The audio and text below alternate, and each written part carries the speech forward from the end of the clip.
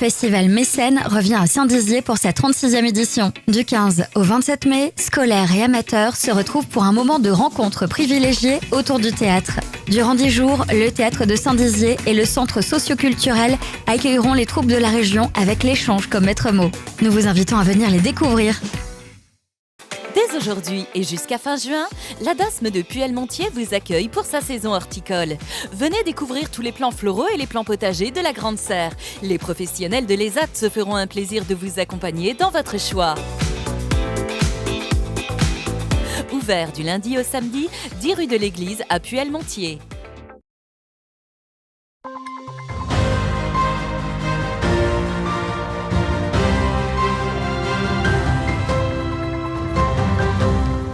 Bonsoir à toutes et à tous, bienvenue dans votre 15 infos. Voici les titres de ce mercredi 10 mai. Ce mardi, pour célébrer la journée de l'Europe, le vice-président en charge des fonds européens de la région Grand Est est venu découvrir le projet Holositech. La ville de Saint-Dizier a organisé une action participative de nettoyage de la forêt de la Haye-Renault en partenariat avec l'ONF et Unicité. Et comme chaque mercredi, Thiago Kargovic sera avec nous sur ce plateau pour Ciné-Focus. Mais avant de développer ces titres, les salariés de l'usine Ferro à Saint-Dizier de nouveau mobilisés depuis hier midi devant l'entreprise. Ils protestent toujours contre les licenciements à venir.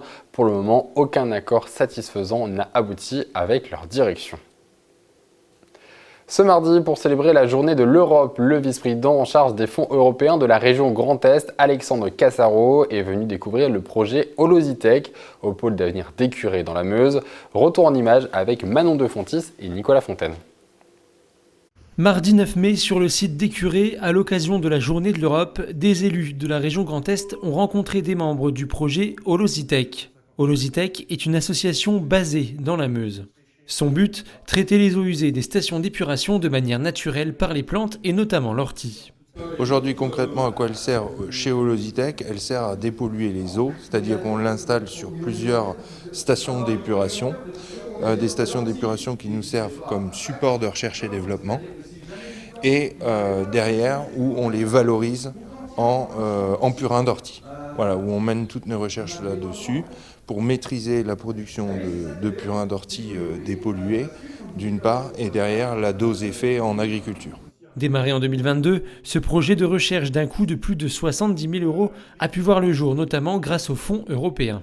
Nos territoires sont vraiment riches de leurs compétences, de leurs expériences, et sur chaque territoire nous avons des porteurs de projets qui sont innovants, qui sont extrêmement intéressants et qui peuvent apporter leur pierre à l'édifice sur un certain nombre d'objectifs qui sont importants pour notre société, et là en l'occurrence sur la transition énergétique.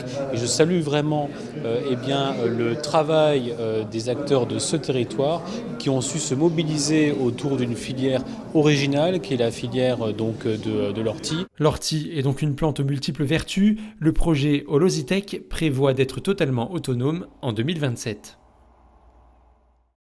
La ville de Saint-Dizier a organisé une action participative de nettoyage de la forêt de la Haye-Renault en partenariat avec l'Office national des forêts et l'association Unicité. Ce nettoyage a eu lieu en 2 temps, une première fois pour les gros encombrants, et une seconde pour les déchets sauvages. Brigitte Maestrati. National des forêts ainsi que les volontaires de l'association Unicité ont organisé en partenariat avec la ville de Saint-Dizier une action participative de nettoyage de la forêt de la Haye-Renault.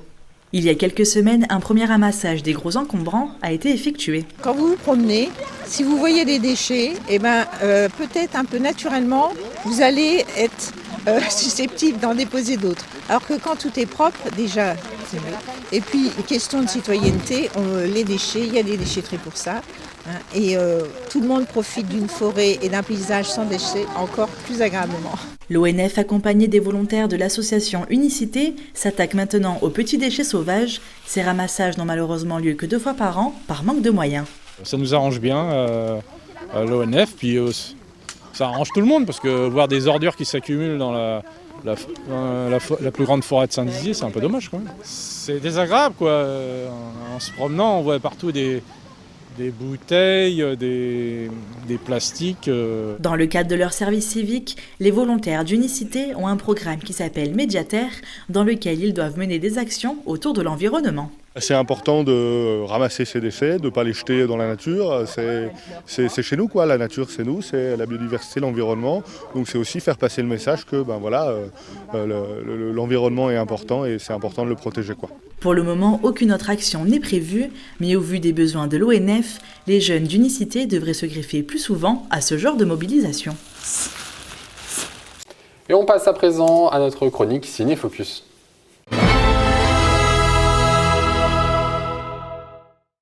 Et cette semaine au cinéma, la sortie du film Hawaï, réalisé par Mélissa Drijard, l'auteur de Jamais le premier soir en 2014 et Tout nous sourit en 2020.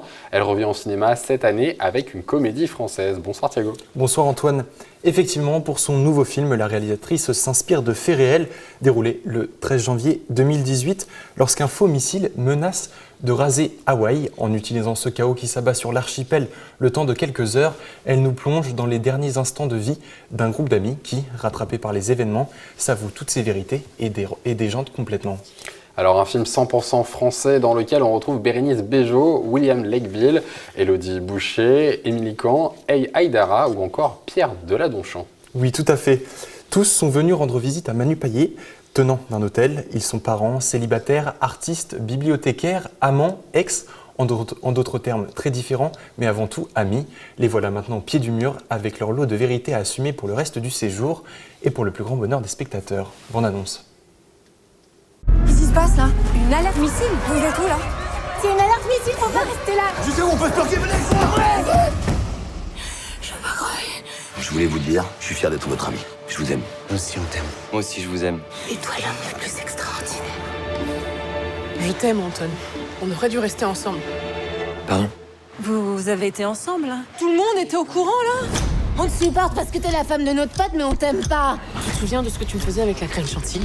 Je peux plus manger de chantilly sans penser à toi.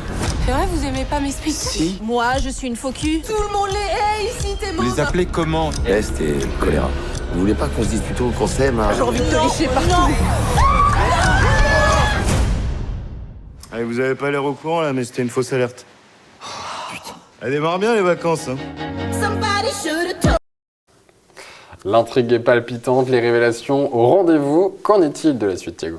Eh bien, si la majorité a confessé et maudit les autres, un seul n'a pas dit sa vérité, et c'est bien ce qui tient le spectateur en haleine le reste du film. Dès lors, un vent de tension et de rire souffle sur les vacanciers. Entre-temps, l'éloge de l'amitié, bien sûr, car si vite ont été faits les reproches, aussitôt les auteurs en sont pardonnés. Place ensuite aux émotions, aux rétrospections de chacun. Car ce passage proche de la mort ne laisse pas les personnages indifférents. Non, en effet. Et pour le combattre, chacun entame une thérapie avec plus ou moins de succès. Certains noient leur chagrin dans l'alcool, quand d'autres se rapprochent de Dieu. L'acteur William Lakeville, qui incarne le personnage de Raphaël dans le film, entame lui un pas difficile vers la rédemption d'un secret inavouable. Ensemble, ils font face à leurs propres démons, mais aussi aux meilleurs moments de leur vie. Fou rire, pleurs, chagrin, mélancolie, tout y est dans ce film. Il était au Ciné-Quai ce lundi en avant-première. Voici l'avis du public. Très très belle histoire, un très beau cadre. Donc sur l'amitié, voilà ce qu'on est prêt à faire pour garder l'amitié en fait. Plein d'émotions, du rire, des larmes, voilà tout ce qu'apporte la vraie vie en fait à travers l'amitié. Très très bien. J'ai aimé aussi des beaux paysages, une histoire. On est resté scotché devant le film pendant 1h40. Merci Thiago pour cette chronique, merci de votre fidélité. Tout de suite vos prévisions météo de demain. Excellente soirée sur Puissance Télévisions. Toute l'actualité qui vous concerne, à voir et à revoir dès maintenant sur puissancetélévision.fr et sur notre application mobile.